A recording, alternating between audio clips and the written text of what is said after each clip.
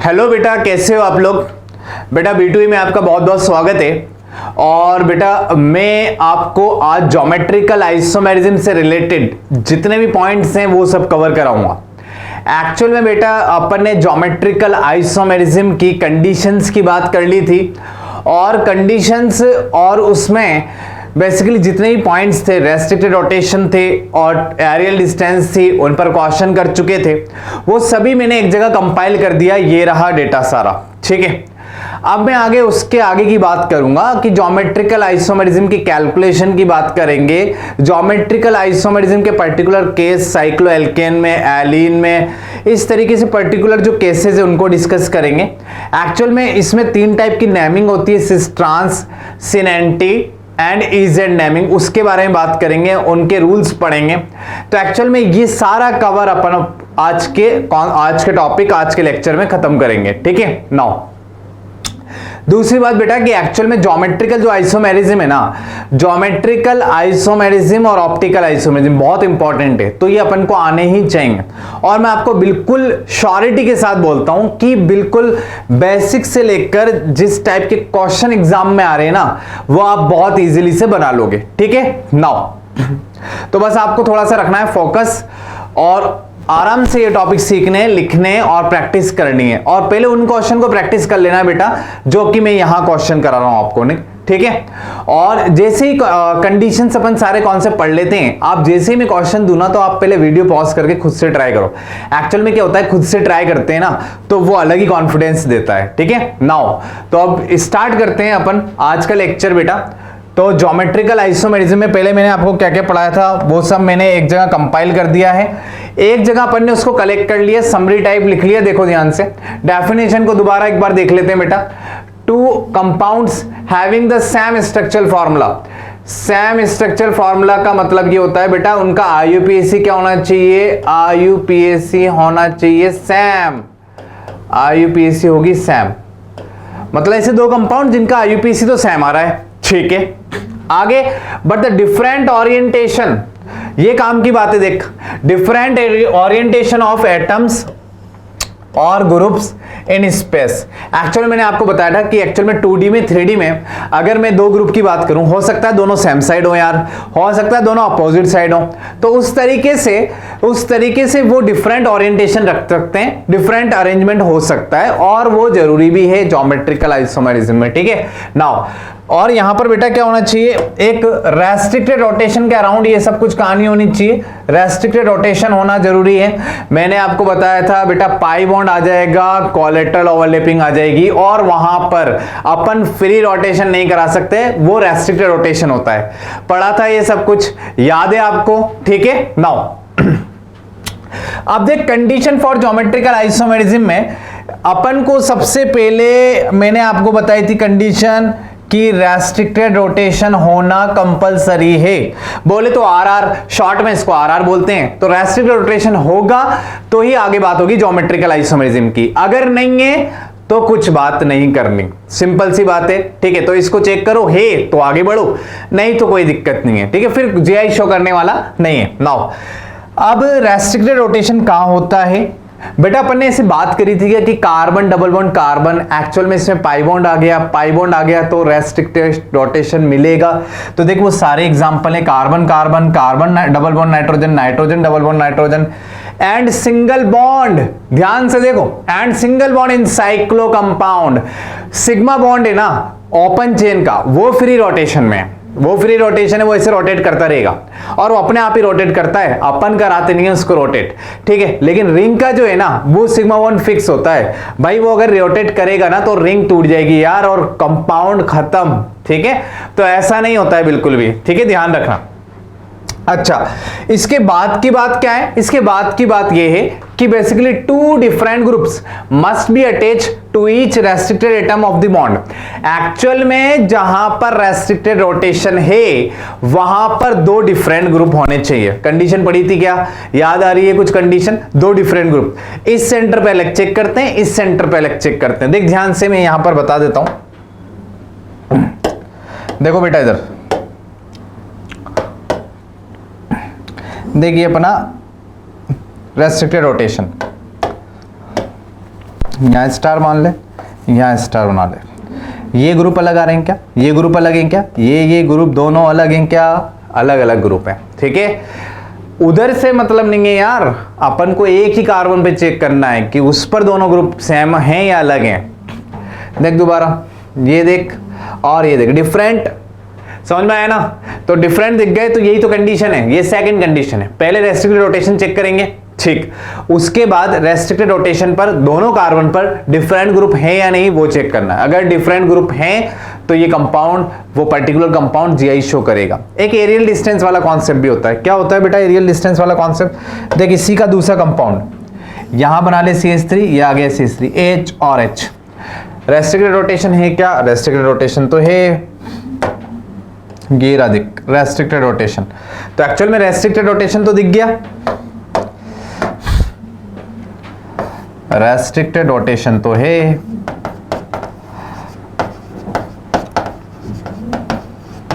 अब देख दो डिफरेंट ग्रुप दिखिए क्या, DG शॉर्ट में बोलते हैं, DG डिफरेंट ग्रुप। इधर भी देख DG डिफरेंट ग्रुप। अब एक्चुअल में दोनों कंपाउंड जो हैं, दोनों कंपाउंड हैं, डेफिनेशन से देख दोनों कंपाउंड का स्ट्रक्चर फॉर्मूला सेम। IUPAC लिखेगा ना तो IUPAC तो सेम आ रहा है। अब IUPAC जब सेम है तो पक्की बात है स्ट्रक्चरल आइसोमर्स तो हो सकते नहीं है, तो फिर अपन को ढूंढना किधर पड़ेगा? अपन को स्टीरियो में ढूंढना पड़ेगा। और स्टीरियो में ये कौन सी कैटेगरी है? It is the geometrical isomers. तो बेटा ये आपस में कौन से आइसोमर्स हैं? ये हैं आपस में geometrical isomers. These are geometrical isomers. ये आपस में ज्योमेट्रिकल आइसोमर्स हैं। अब इसमें देख क्या होता है, देख कॉन्सेप्ट क्या होता है, ध्यान से समझो। देखो एक्चुअल में जब सेम ग्रुप डबल बॉन्ड के अलोंग, डबल बॉन्ड के अलोंग अगर सेम ग्रुप सेम साइड है तो उसको बोलते हैं सिस। क्या बोलते हैं? सिस। अगर डबल बॉन्ड के अलोंग अगर सेम ग्रुप अपोजिट साइड है तो उसको बोलते हैं ट्रांस। क्या बोलते हैं? ट्रांस। तो एक्चुअल में ये है ट्रांस 2 ब्यूटीन। इसका IUPAC नाम लिखेगा ना तो ब्यूट 2 ही नहीं है, तो ये ट्रांस 2 ब्यूटीन और ये है सिस 2 ब्यूटीन। तो एक्चुअल में सिस और ट्रांस किसके लिए नेमिंग करते हैं? ज्योमेट्रिकल आइसोमर्स के लिए। समझ में आया क्या? ठीक है, क्लियर एकदम, कोई दिक्कत? तो एक्चुअल में जो सारी कंडीशन थी वो मैंने एक जगह कंपाइल कर दी। और बेटा यहां पर इन दोनों के बीच की जो डिस्टेंस है ना, देखो ध्यान से, देखिए जो डिस्टेंस बनाएंगे ना अपन, ये रही, इस डिस्टेंस को लिख दो L1। क्या लिख दो? L1। वहां पर डिस्टेंस देखो बेटा इन्हीं के बीच में, ये देखो ऐसे, ये इस तरीके से, ये डिस्टेंस को लिख दो बेटा क्या? L2। अच्छा चेक करना, L1 क्या आ रहा है? Not equal to L2। ये भी एक कंडीशन होती थी जिसको ज्यादा अपन वैल्यू नहीं देते थे। एक्चुअल में ये अपने आप अप्लाई हो जाती है, बस कुछ ही केसेस हैं वो अपन केसेस देखेंगे, वहां पर ये अप्लाई नहीं होती है, तो वहां पर अपन को ध्यान रखेंगे कि एक्चुअल में ये कंडीशन फेल हो जाएगी। दैट्स व्हाई वो कंपाउंड जीआई शो करने वाला नहीं है। क्लियर है? बात समझ में आ गई? एकदम फिट बैठ गई के बात कि जीआई के लिए क्या क्या चेक करना है। अच्छा रिकॉल कराओ, एक्चुअल में जीआई के लिए पहले नंबर ऑफ रेस्ट्रिक्टेड रोटेशन देखना होता है अपन को। दूसरी बात अपन को देखना है दो डिफरेंट ग्रुप, हर एक एटम पे देखेंगे जिनके बीच में रेस्ट्रिक्टेड रोटेशन है। L1 is not equal to L2, aerial distance must be different. तीन कंडीशन, तीनों में से दो को ही चेक करना होता है, थर्ड वाली अपने आप अप्लाई हो जाती है मोस्ट ऑफ द केसेस में। क्लियर? एकदम क्लियर। चलो तो एक बार इसका स्क्रीनशॉट ले लो। अब मैं आगे आपको जीआई में बताता हूं। यहां तक मैंने आपको क्वेश्चन करा दिए थे, क्वेश्चन ऑलरेडी अपन कर चुके हैं बेटा, है ना। उसमें मैंने आपको अप्लाई करना सिखाया था कि कैसे चेक कर रहे थे पर्टिकुलर कंपाउंड जीआई शो कर रहा है या नहीं, उस तरीके से। ठीक, चलो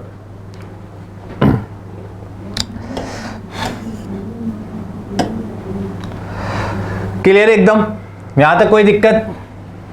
सिंपल है। ठीक, नाउ इसके आगे की बात करते हैं बेटा। देखो इसके आगे का ये कॉन्सेप्ट है कि अब अपन को ध्यान रखना है, अब अपन को साइक्लोएल्केन। अब मैं पर्टिकुलर एक एक केस डिस्कस करूंगा जिसमें मैं आपको सिखाऊंगा कि इसमें साइक्लोएल्केन में, एल्कीन में, एलीन में, उसमें जीआई कैसे चेक करते हैं और उस पर कुछ प्रैक्टिस अपन करने वाले हैं। ठीक है, नाउ तैयार हो? चलो आ जाओ, देखो ध्यान से।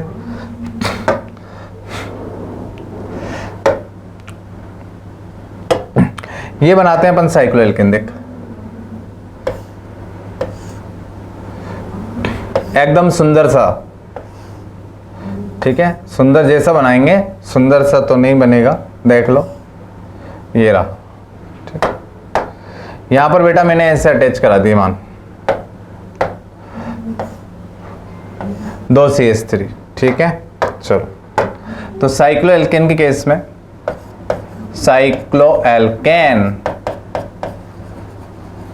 साइक्लोएल्केन में ध्यान रखो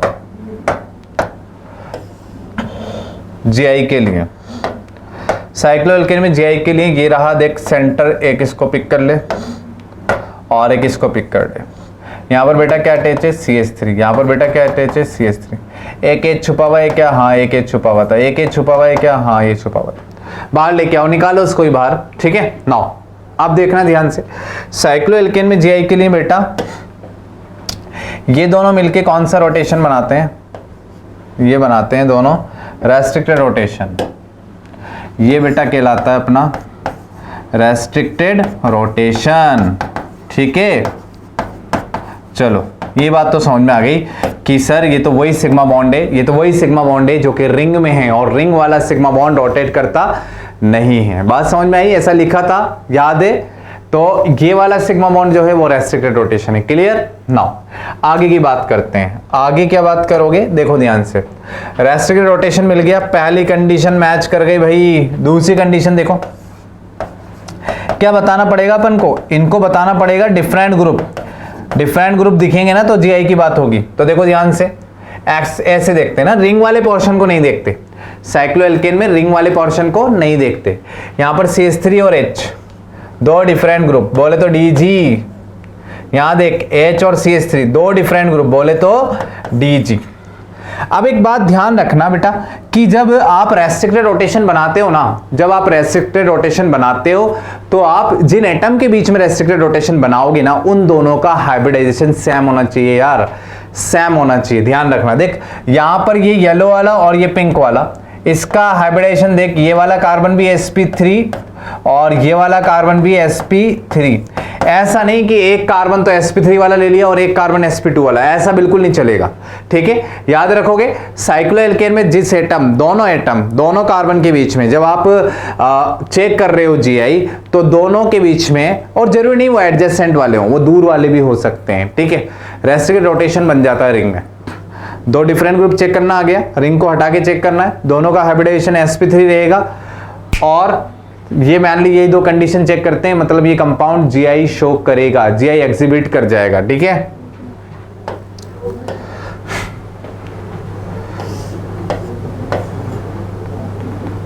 तो बेसिकली ये कंपाउंड जीआई शो करेगा। समझ में आ गया क्या? ज्योमेट्रिकल आइसोमेरिज्म इसमें होगी। अब देखो बेटा, साइक्लोएल्केन में ऐसा ही जरूरी नहीं है कि पास ही हो, एडजेसेंट पोजीशन पर ही हो, दूर में भी काम करता है यार। ये देखो, अगर मान इस तरीके से है, ऐसा कुछ केस है, ऐसे ये मान मैंने ऐसे दूर दूर CH3 कनेक्ट कर दिए ऐसे। ठीक है, अब देखना बेटा, यहां लगा दी देख एक बार CH3 और ये CH3, ऐसे H छुपा हुआ है, ऐसे H छुपा हुआ था। ठीक है ना, उसको बाहर निकाला। अब देखो ध्यान से, ये आपको रेस्ट्रिक्टेड रोटेशन है, ये भी रेस्ट्रिक्टेड रोटेशन है। देखिए यहाँ पर ऐसे स्टार और स्टार, हाइब्रिडेशन देख इसका sp3, हाइब्रिडाइजेशन देख इसका sp3। यहां से यहां तक भी अपन क्या मान लेते हैं इसको बेटा? रेस्ट्रिक्टेड रोटेशन, बोले तो RR की कंडीशन फुलफिल हो गई। रिंग के कोई भी दो कार्बन, चाहे से एडजेसेंट पर हो या दूर हो, एक्चुअल में अगर आप उन दोनों को होल्ड करके, एक को होल्ड करके रोटेट कराना चाहोगे तो वो रोटेट करते नहीं है, क्योंकि यार रिंग टूट जाती है, तो वहां पर रेस्ट्रिक्टेड रोटेशन होता है। अब रेस्ट्रिक्टेड रोटेशन है तो आप पास वाले कार्बन पे लो या दूर वाले कार्बन पे, रेस्ट्रिक्टेड रोटेशन तो रहेगा। ठीक है ना, तो दोनों दूर कार्बन हो गए। अब साइक्लोएल्केन में, ये साइक्लोएल्केन था, sp3 कार्बन है, रेस्ट्रिक्टेड रोटेशन मिल गया है। अब मुझे डिफरेंट ग्रुप चेक करने हैं। देख डिफरेंट ग्रुप, CH3H अलग, मिल गए क्या? इधर देख बेटा, CH3 और H डिफरेंट ग्रुप मिल गए क्या? ठीक है, रेस्ट्रिक्टेड रोटेशन आ चुका है, 2 डिफरेंट ग्रुप आ चुके हैं, बस मैनली ये 2 ही कंडीशन चेक करनी होती है। एरियल डिस्टेंस अपने आप इसमें अप्लाई हो जाती है, ठीक है, वो लगाने की जरूरत नहीं है। एक बार CH3 को ऊपर रख देंगे, रिंग जैसे ऐसे है रिंग, एक बार CH3 इधर ऊपर रख देंगे, उधर CH3 नीचे रख देंगे, ट्रांस बन जाएगा। एक बार इधर भी CH3 ऊपर और CH3 ऊपर, दोनों सिस बन जाएगा, ठीक है। तो अपन एरियल डिस्टेंस अलग अलग कर सकते हैं ना, वो कोई दिक्कत नहीं, तो उसको चेक करने की जरूरत होती नहीं है।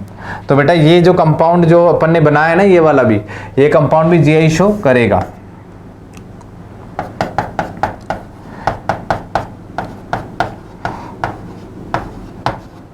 तो समझ में आ गई बात? क्लियर एकदम? साइक्लोएल्केन में कैसे कैसे चेक करते हैं, क्लियर है क्या? कोई दिक्कत? बिल्कुल भी दिक्कत नहीं होनी चाहिए, समझ गए क्या? क्लियर? स्क्रीन छोड़ लो आप इसका बेटा।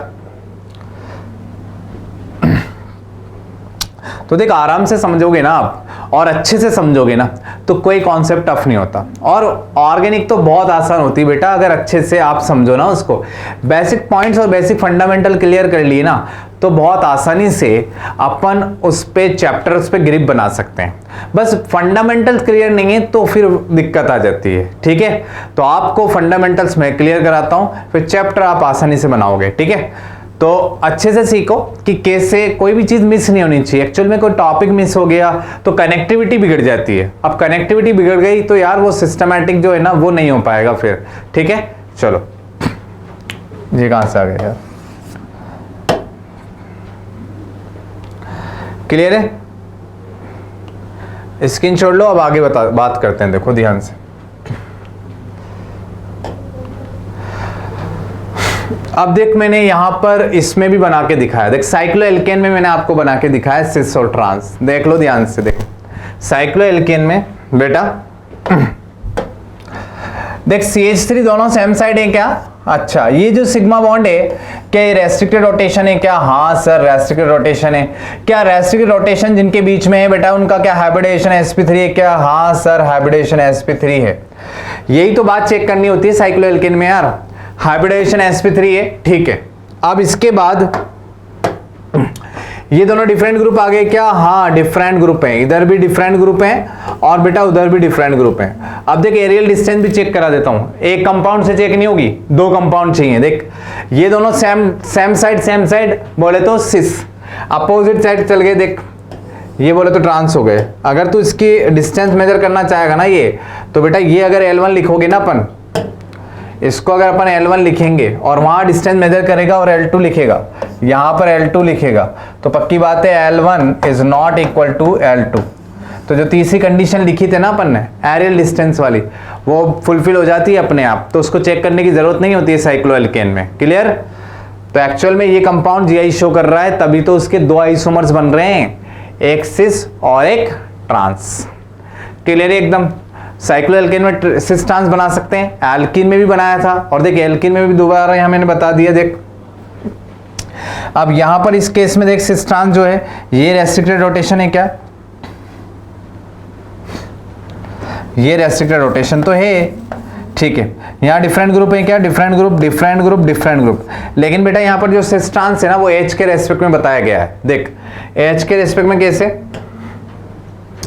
यहाँ H सेम साइड है क्या?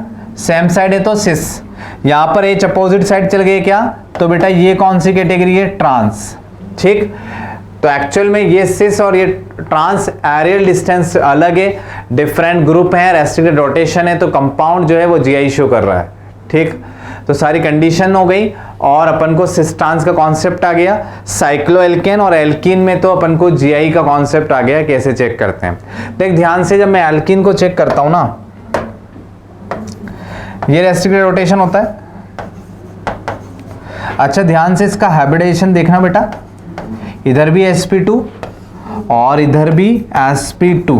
तो देख जिनके बीच में रेस्ट्रिक्टेड रोटेशन है उनका हाइब्रिडेशन सेम होना चाहिए। ऐसा नहीं एक sp2 वाला है और एक sp3 वाला है आप कंपेयर करा रहे हो, गलत हो जाएगा यार वैसे ना, ठीक है। चलो स्क्रीन छोड़ लो आप इसका। अब साइक्लोएल्केन में हो गया और एल्कीन में हो गया, ठीक है। अब देखो और साइक्लो एल्कीन में मैं बताता हूं अब आपको।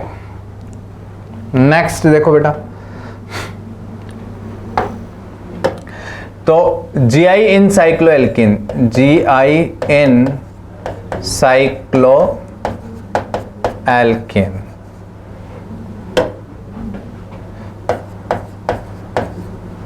तो एक्चुअल में साइक्लो एल्केन में जो जीआई है वो कैसे चेक करते हैं, देखो बेटा उस पर आ जाते हैं। देखो साइक्लो एल्केन में एक कॉन्सेप्ट होता है, आपको उसको याद रखना है उस डेटा को। साइक्लो एल्केन में ये कॉन्सेप्ट होता है, condition for GI, conditions for GI, geometrical isomerism show करने के लिए, ज्योमेट्रिकल आइसोमेरिज्म शो करने के लिए अगर आपके पास साइक्लो एल्कीन है, number of carbon greater than equal to होने चाहिए बेटा 8। ये कंडीशन बहुत इंपॉर्टेंट है, भूल गए तो क्वेश्चन गलत जाएगा सीधे, ठीक है, ध्यान रखना। स्टार बना के इसको डब्बा बना दो। क्या याद रखोगे, अगर आपके पास साइक्लो एल्कीन है तो क्या याद रखना है, ये याद रखना है कि उसमें नंबर ऑफ कार्बन 8 या 8 से ज्यादा होंगे ना, तभी साइक्लो एल्कीन का डबल बॉन्ड जीआई शो करेगा, अदरवाइज शो करने वाला नहीं है। जैसे मान इस तरीके से क्वेश्चन दे दिया, ये दे दिया मान साइक्लो एल्कीन में ऐसा ऐसा कुछ ऐसा ऐसा, यहां दे दिया डबल बॉन्ड। अब बेटा ये जो डबल बॉन्ड है ना, रेस्ट्रिक्टेड रोटेशन तो है, दिक्कत क्या है इसमें, दिक्कत दिख बहुत है, छोटी मोटी दिक्कत नहीं है। ऐसे ये मैंने यहाँ पर दूसरे कलर से बनाते हैं, देखो ये ऐसे हाईलाइट किया मैंने आपको, ये दिखा क्या, दिखा ये रहा, ये रेस्ट्रिक्टेड रोटेशन है। अब मैं मान इस पे हाइड्रोजन की बात करूं, हाइड्रोजन छुपा हुआ होगा ना, ये रहा हाइड्रोजन और एक ये रहा हाइड्रोजन। अब ये जो हाइड्रोजन है ना, इसका ठीक है रेस्ट्रिक्टेड रोटेशन है, डिफरेंट ग्रुप भी ठीक है, ये H उधर ये रिंग का पार्ट, यहाँ पर H और इधर ये रिंग का पार्ट, दोनों डिफरेंट ग्रुप है ना, देखना देख ये H और ये रिंग का पार्ट, ये H ये रिंग का पार्ट, डिफरेंट ग्रुप भी लग गए। फिर दिक्कत क्या आ रही है, दिक्कत देख क्या आती है मैं बताता हूँ, ये रेस्ट्रिक्टेड रोटेशन भी आ गया। एक्चुअल में ये सिस है, एक्चुअल में ये H सेम साइड है, ये सिस है, सिस एल्कीन हो गई, ठीक, एक टाइप की सिस एल्कीन है। लेकिन बेटा इसका ट्रांस नहीं बन पाता, इसलिए जो है ये जीआई शो करती नहीं। ट्रांस भी तो बनना चाहिए, इसका आइसोमर्स तो बने। क्यों, देखिए एक्चुअल में अगर आप इसका ट्रांस बनाओगे ना तो दिक्कत आएगी बहुत सारी। मान इसका ट्रांस बनाना चाह रहा हूं मैं, तो ट्रांस कुछ ऐसा दिखेगा,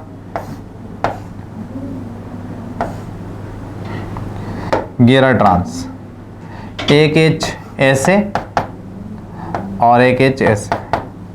एक्चुअल में ये जो H है ना, एक्चुअल में ये दोनों H जो ये अंदर चल गई, यहाँ होता है बेटा बहुत ज़्यादा रिपल्शन होता है बहुत ज़्यादा। ये देख येलो वाला जो बॉन्ड है ये भी अंदर है, रिंग के भी बॉन्ड है, बहुत सारे बॉन्ड है, इलेक्ट्रॉन है तो रिपल्शन है। तो एक्चुअल में इतना ज़्यादा रिपल्शन होता है कि ये हाईली स्टेबल बन जाता है। इसलिए अपन इसका ट्रांस जो है ना वो यहाँ बना सकते हैं, रियल में एग्जिस्ट करता नहीं है। तो ये बेटा एग्जिस्ट करने वाला नहीं है, ठीक है, याद रखना एग्जिस्ट नहीं करेगा। तो एक्चुअल में साइक्लो एल्कीन का डबल बॉन्ड जीआई तभी शो करता है जब उसमें नंबर ऑफ कार्बन 8 या 8 से ज्यादा है। मैं आपको 8 से ज्यादा वाले के या 8 वाले के मैं बना के दिखाता हूं आपको, सिस और ट्रांस, ठीक है। तो पहले ये कंडीशन लिख लो, ठीक, ये बात समझ में आ गई आपको। साइक्लो एल्कीन में डबल बॉन्ड जीआई तभी शो करेगा जब नंबर ऑफ कार्बन 8 या 8 से ज्यादा है। चलो अब ऐसे एग्जाम्पल है क्या कुछ, देखो बेटा वो एग्जाम्पल दिखाते हैं आपको, एकदम बढ़िया बढ़िया सुंदर सुंदर एग्जाम्पल दिखाएंगे। अरे इसको क्या हो गया यार, देख भाई ये रे एग्जाम्पल, वो जो मांग रहे थे ना आप एग्जाम्पल, ये रे ऐसे ऐसे ऐसे ऐसे ऐसे ऐसे, ये और ये गिन लेना इसके कार्बन आप, ठीक है। एक और बनाओ, देखो इधर एक और कंपाउंड बनाता हूं, देख बेटा ऐसे ऐसे ये ऐसे ऐसे कुछ ऐसे कुछ ऐसे कुछ ऐसे और ऐसे, ठीक है। चलो यहां लगा दो डबल बॉन्ड, यहां पर ये रहा डबल बॉन्ड। अब देखना जरा ध्यान से, फोकस लेके आओ इस पे अपना।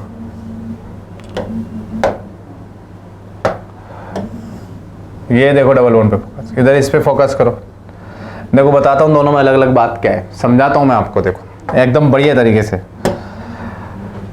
एक्चुअल में इधर देखेगा ना तो H ये रही, H और H ये रही, दोनों सेम साइड है, सिस है। ये कौन सी फॉर्म है? सिस फॉर्म है।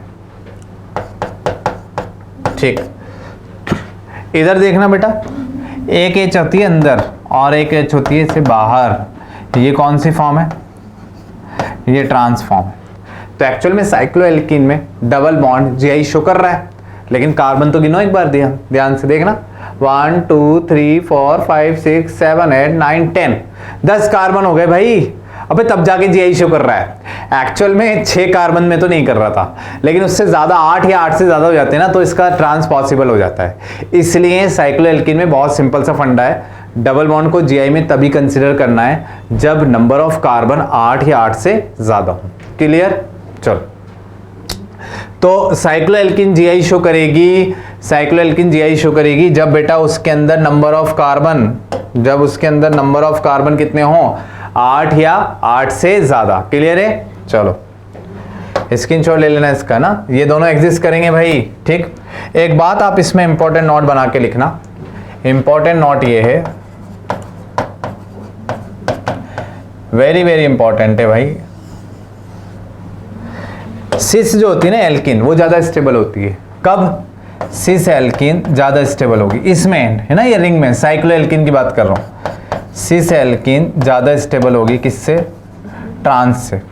लेकिन ऐसा बेटा तभी होगा, ऐसा बेटा तभी होगा जब नंबर ऑफ कार्बन, जब अपने पास नंबर ऑफ कार्बन जो है, ये तभी होगा जब नंबर ऑफ कार्बन 8 या 9 या 10 या 11 तक हो। लेकिन अगर बेटा इसके कार्बन 12 आ गए तो उसके बाद आ गए तो ट्रांस स्टेबल हो जाती है ना। ये इंफॉर्मेशन ध्यान रखनी। ट्रांस स्टेबल कब होगी? सिस से। ये स्टेबिलिटी है, ट्रांस स्टेबल होगी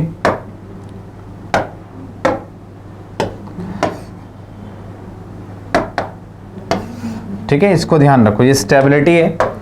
ट्रांस ज्यादा स्टेबल कब होती है? इससे जब number of carbon greater than equal to 12। तो इसमें ध्यान रखना, ये स्टेबिलिटी ऑर्डर लिखा है, मेंशन कर दो यहां पर, स्टेबिलिटी ऑर्डर। ठीक है, ये भी और ये भी। तो एक्चुअल में स्टेबिलिटी ऑर्डर में सिस ज्यादा स्टेबल होती है ट्रांस से। कब लगाना है? जब नंबर ऑफ कार्बन 8 9 10 11 हो। और ट्रांस ज्यादा स्टेबल होती है सिस से। कब लगाना है? जब नंबर ऑफ कार्बन 12 ऑनवर्ड्स, 12 से आगे तक चलेंगे। ठीक है, साइक्लोएल्कीन में Gi का कॉन्सेप्ट समझ में आ गया, साइक्लोएल्कीन में आ गया, एल्कीन में आ गया। क्लियर है? साइक्लोएल्कीन में क्या बताओगे? साइक्लोएल्कीन में बताओगे कि नंबर ऑफ कार्बन सर 8 या 8 से ज्यादा होंगे तो ही Gi शो करेगा। ठीक है, अगर इससे कम हुए तो सर सीसी बनेगा, उसका ट्रांस एग्जिस्ट करता नहीं है, दैट्स व्हाई वो Gi शो करने वाला नहीं है। सिंपल सा फंडा है। क्लियर है एकदम? नो। अब उसके बाद एक बात और याद रख लेना यार एक्स्ट्रा में। एक बात ये थी कि सिस जो है ना एल्कीन, वो ज्यादा स्टेबल होगी ट्रांस से, लेकिन उसमें कार्बन की कैलकुलेशन है, कार्बन 8 9 10 11 होंगे तो ही सिस ज्यादा स्टेबल है ट्रांस से। अगर ट्रांस ज्यादा स्टेबल सिस से है, मतलब नंबर ऑफ कार्बन 12 या उससे ज्यादा। क्लियर? कोई दिक्कत? श्योर? पक्का? डन? यहां तक क्लियर है? चलो अब बात करेंगे आगे। साइक्लोएल्केन हो गया, एल्कीन हो गया, साइक्लोएल्कीन हो गया, साइक्लोएल्केन, सिस हो गया, ट्रांस हो गया, कंडीशन हो गई Gi की। ठीक है, अपन रेस्ट्रिक्टेड रोटेशन देखे अलग अलग टाइप के। अब अपन बात करते हैं 4th नंबर पर एजो ग्रुप। एजो ग्रुप क्या है? एन डबल बॉन्ड एन, उसको समझाता हूं मैं। देखो आपको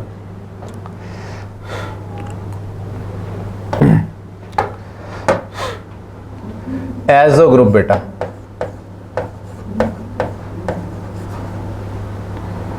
एजो ग्रुप क्या कहना चाहता है? देखो एजो ग्रुप ये है एन डबल बॉन्ड एन, ये एजो ग्रुप है। इसमें देख हमेशा यहां लॉन पेयर रहेंगे,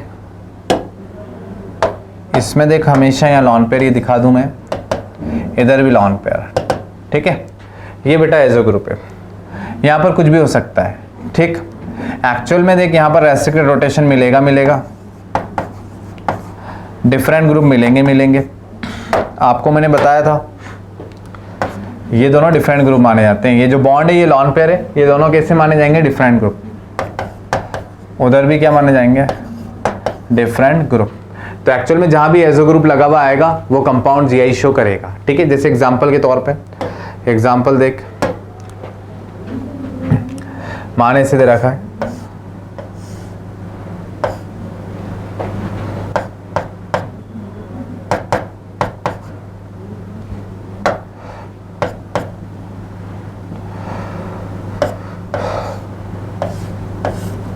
ठीक है। ये देख, ये कंपाउंड बना है अपने पास, ठीक है। इसको देखो ध्यान से, देख यहां पर नाइट्रोजन पे लॉन पेयर होगा, यहां पर नाइट्रोजन पे लॉन पेयर होगा। ये दोनों डिफरेंट ग्रुप दिख रहे हैं, उधर दिख रहे हैं डिफरेंट ग्रुप, क्लियर है ना। दोनों तो एजो ग्रुप हमेशा जीआई शो करेगा बेटा, तो ये कंपाउंड जीआई एग्जिबिट करेगा, इट विल शो जीआई। इसमें जीआई पॉसिबल है, ठीक है, इसमें जीआई पॉसिबल है। ऐसा ही देखो एक और होता है, उसका नाम होता है बेटा ऑक्साइम। ऑक्साइम देख बेटा, ऑक्साइम में क्या होता है? इस तरीके से होता है, C double bond O N OH और लॉन पेयर। यहाँ पर देख ऐसे वैलेंसी होती है। ये ग्रुप जो है ना, ये बेटा मैं हाईलाइट कर देता हूँ, ये देख, ये रेस्ट्रिक्टेड रोटेशन दिख रहा है, ये ऑक्साइम ग्रुप है, ठीक है। ये भी जीआई शो करता है, ठीक है। बस ध्यान रखना यहाँ दोनों डिफरेंट ग्रुप होने चाहिए ना। यहाँ कंडीशन है, एजो में ऐसी कंडीशन नहीं है, वो ऑलवेज जीआई शो करेगा, लेकिन इसके साथ कंडीशन चेक करनी पड़ेगी। इधर तो कोई दिक्कत नहीं है, ये तो कैसे माने जाएंगे? Different group. यहाँ पर मान ऐसे दे दिया CH3 और H, डिफरेंट हो गए, ये भी सेम नहीं होने चाहिए, डिफरेंट ग्रुप। तो ये कंपाउंड भी जीआई शो करेगा, ये कंपाउंड भी जीआई शो करेगा। तो आप ऑक्साइम ग्रुप, एजो ग्रुप, इसका ध्यान रखना खास तौर से। इस टाइप से ना लॉन पेयर को भी एज ए ग्रुप माना जाता है, ठीक है। ऐसा नहीं लॉन पेयर है तो उसको कंसिडर ही नहीं करोगे आप, ठीक है। चलो स्क्रीनशॉट लो इसका।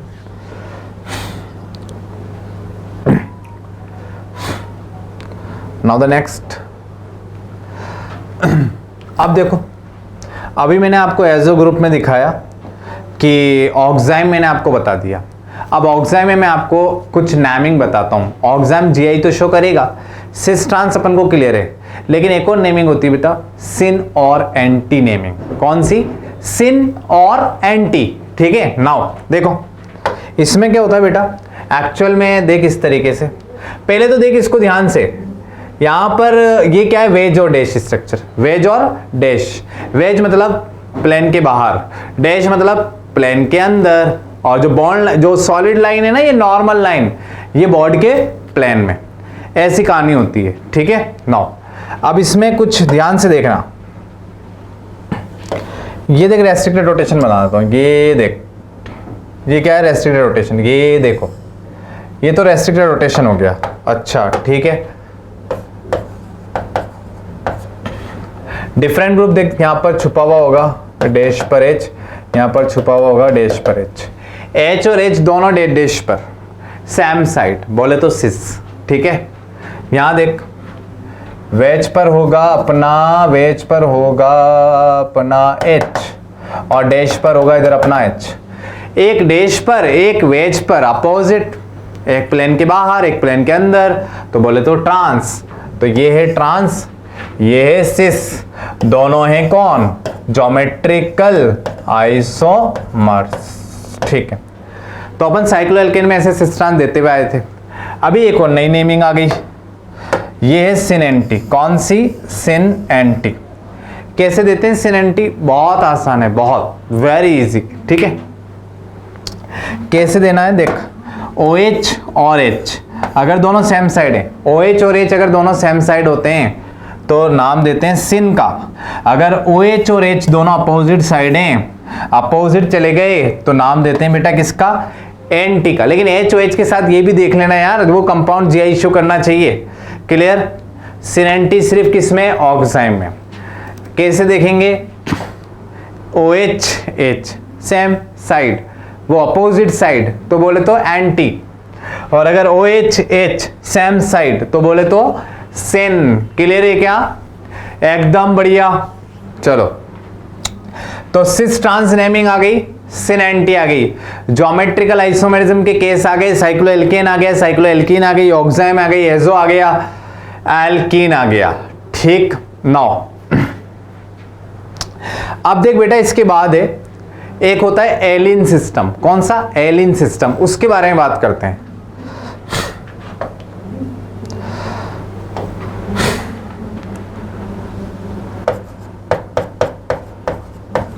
एलिन, ठीक है।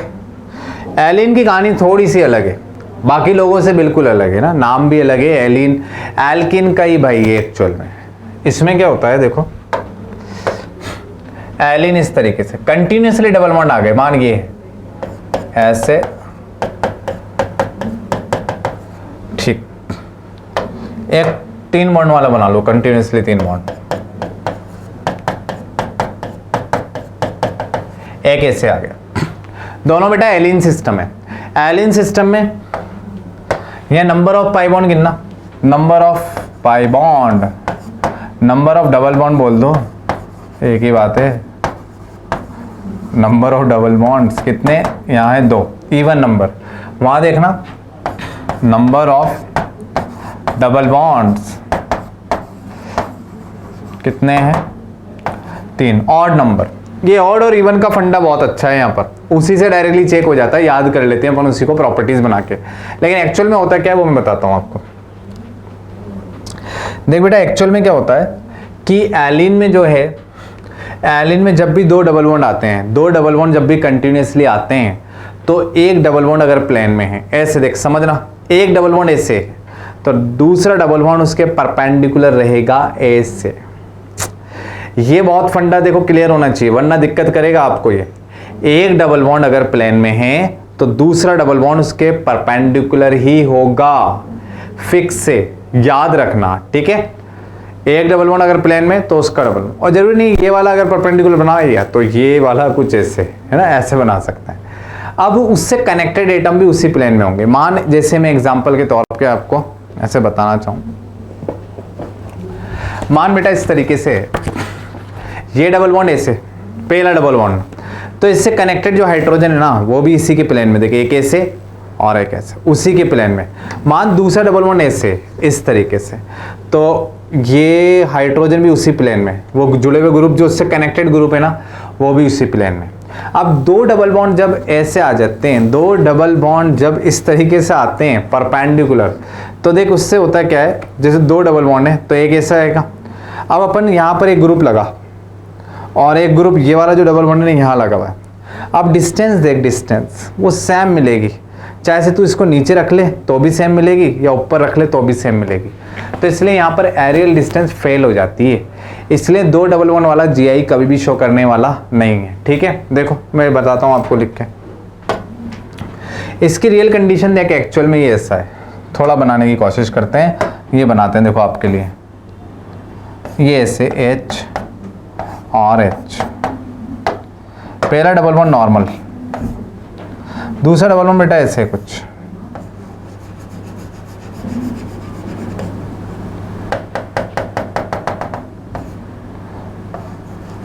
फिर बॉन्ड भी वैसे ही है, ऐसा है कुछ, पहला डबल बॉन्ड बॉन्ड के प्लेन में,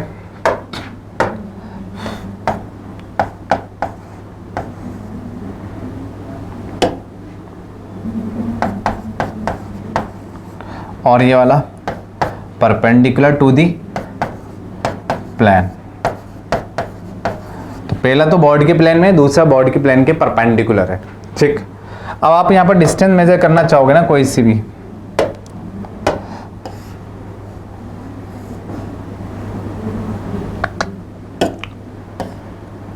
इसके बीच की डिस्टेंस देखना चाहोगे आप, ये इसके बीच की डिस्टेंस, ये इसके बीच की डिस्टेंस। देखो यहाँ बेटा डिस्टेंस देखेंगे ना अपन, दोनों सेम मिलेगी यार।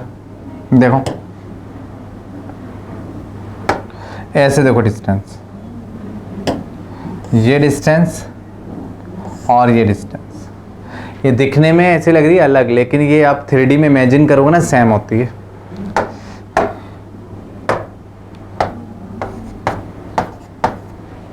तो L1 इक्वल टू L2 मिल जाती है। तो याद रखना इवन नंबर वाले डबल बॉन्ड में कभी भी GI नहीं लगेगी, क्योंकि वहां पर एरियल डिस्टेंस सेम आ जाएगी। ठीक है, तो याद रखें even number GI, even number double bond does not show GI।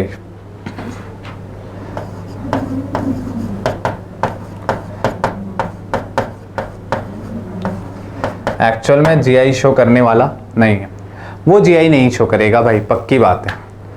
Even number में अगर डबल बॉन्ड है तो भाई वो आएंगे किस फॉर्म में यार, एक आएगा बॉर्ड की प्लेन में और एक आएगा बॉर्ड की प्लेन के परपेंडिकुलर। तो इस तरीके से बॉर्ड की प्लेन में, बॉर्ड की प्लेन के परपेंडिकुलर, तो दैट्स वाई फिर वहां पर GI शो होती नहीं है। ठीक है, इसके बाद ऑड नंबर में आ गया तो देख ये वाला जो है बॉर्ड के प्लेन में, ये वाला परपेंडिकुलर, ये वाला इन प्लेन, वापस प्लेन में, तो एक्चुअल में ये GI शो कर सकता है। ध्यान रखना ऑड नंबर जो है, ऑड नंबर डबल बॉन्ड आ गए तो ये GI शो कर सकता है, इट कैन शो GI। ये कैसे चेक करेंगे GI शो कर सकता है? लास्ट के जो पॉइंट है ना बेटा, इन दोनों को मान लेना रेस्ट्रिक्टेड रोटेशन, इन दोनों को मानना रेस्ट्रिक्टेड रोटेशन और दोनों पर डिफरेंट ग्रुप चेक करना बस। अगर डिफरेंट ग्रुप मिल गया तो बस GI शो करेगा, सिंपल है। ठीक है, रेस्ट्रिक्टेड रोटेशन तो बन ही रहा है, लेकिन डिफरेंट ग्रुप होने चाहिए। इसमें तो डिफरेंट ग्रुप होने के बावजूद भी ये कभी भी GI शो करता नहीं है, क्योंकि रीजन ये होता है एक्चुअल में एरियल डिस्टेंस सेम आ जाती है ना यार, परपेंडिकुलर है, डिस्टेंस सेम बन जाएगी, दैट्स वाई। क्लियर? ठीक है, एक दो एग्जाम्पल मैं आपको कराता हूँ इस पर, ताकि ये सारे कॉन्सेप्ट आपके क्लियर हो जाए। चलो स्क्रीनशॉट लो इसका पहले। अब देखो ध्यान से ऐसे, इसको भी Z तो आएगा। एक देखो इधर, मान इस तरीके से दिया, यहां fluorine chlorine, fluorine chlorine. Actual में रेस्ट्रिक्टेड रोटेशन तो है, यहां पर रेस्ट्रिक्टेड रोटेशन तो मिल रहा है, डिफरेंट ग्रुप भी है, कोई बात नहीं, डिफरेंट ग्रुप भी है, लेकिन यहां पर दिक्कत क्या है, L1 इक्वल टू क्या मिल जाती है, L2।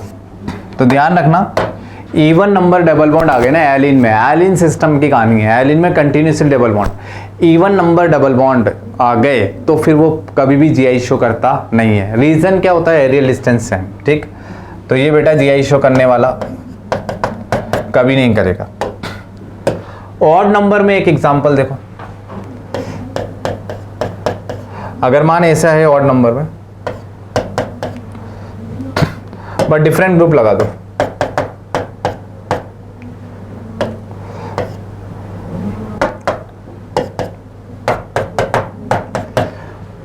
ये रेस्ट्रिक्टेड रोटेशन देखो कैसे बनाएंगे, ये रहा रेस्ट्रिक्टेड रोटेशन। ठीक है, यहां दूर तक भी बना सकते हैं, जरूरी थोड़ी पास पास यार। डिफरेंट ग्रुप है क्या, चेक करो, ये और ये और ये डिफरेंट है, डिफरेंट तो है, डिफरेंट ग्रुप भी लग रहा है सर यहाँ तो। ठीक है, अब एरियल डिस्टेंस यहां लग जाती है, L1 is not equal to L2 मिल जाता है यहां पर। तो ये वाला जो कंपाउंड है GI शो करेगा, लेकिन ये कभी भी GI शो करेगा नहीं। तो याद रखें, एलिन में नॉट लिखना, आप क्या लिखोगे कि इवन नंबर वाला एलिन सिस्टम कभी भी जीआई शो करता नहीं है। ऑड नंबर में सिर्फ और सिर्फ डिफरेंट ग्रुप चेक करने, बाकी कुछ भी चेक करना नहीं। अगर बेटा डिफरेंट ग्रुप आ गए ना तो बस वो कंपाउंड जीआई शो कर देगा। सिंपल, आसान। एलिन सिस्टम खत्म हुआ, क्वेश्चन कर सकते हो आप एलिन सिस्टम के, ठीक है। नाउ लिख लो आप। एलिन जैसा बेटा होता है स्पायरो सिस्टम, उसकी भी सेम ही कहानी होती है। देखो स्पायरो सिस्टम बताता हूं मैं आपको। एलिन सिस्टम तो समझ में आ गया है ना। इवन नंबर वाला कभी भी जीआई शो करेगा नहीं। ऑड नंबर में केवल और केवल डिफरेंट ग्रुप चेक करने हैं, ठीक है। ऑड नंबर में केवल और केवल डिफरेंट ग्रुप चेक करने हैं। नाउ नेक्स्ट स्पायरो सिस्टम देखो।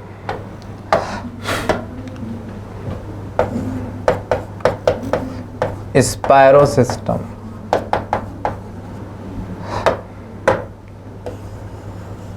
देखो बेटा, स्पायरो सिस्टम में पहले स्पायरो कंपाउंड बना लेते हैं अपन। अब स्पायरो पता होता है, दो रिंग कनेक्ट होती हैं एक सिंगल कार्बन से।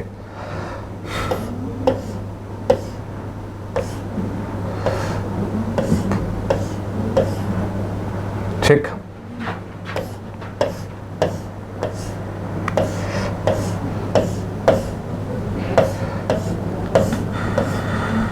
देखो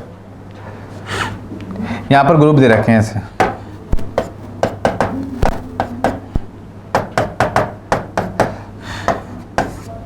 यहां पर ग्रुप दे रखे हैं ऐसे।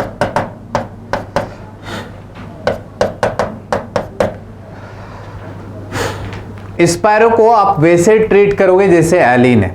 स्पायरो को वैसे ही ट्रीट करना है जैसे एलिन है। आप इन रिंग को कंप्रेस कर लो ऐसे, ये देख कंप्रेस करके डबल बॉन्ड की तरह, ये डबल बॉन्ड की तरह। तो ये एक्चुअल में नंबर ऑफ रिंग स्पायरो सिस्टम में ध्यान रखना, नंबर ऑफ रिंग्स अगर इवन नंबर है तो यहां पर ये देख, ये वाली जो रिंग है बॉर्ड के प्लेन में,